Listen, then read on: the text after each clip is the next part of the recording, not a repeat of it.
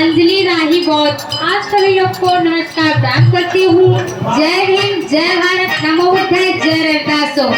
लगली लगली पनिया कमत शिवनिया नना जली जइहा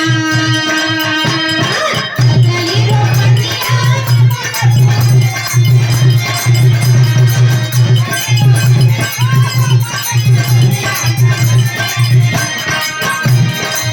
लगली रो पनिया कमत शिवनिया नना जली जइहा करे रो पनिया नना जली जइहा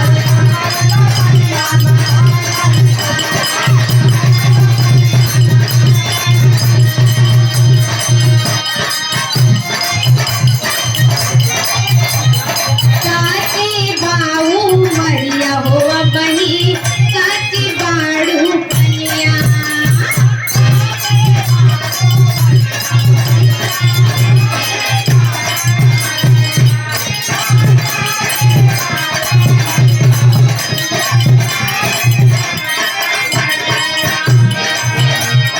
कोई से के करबू ये ननदो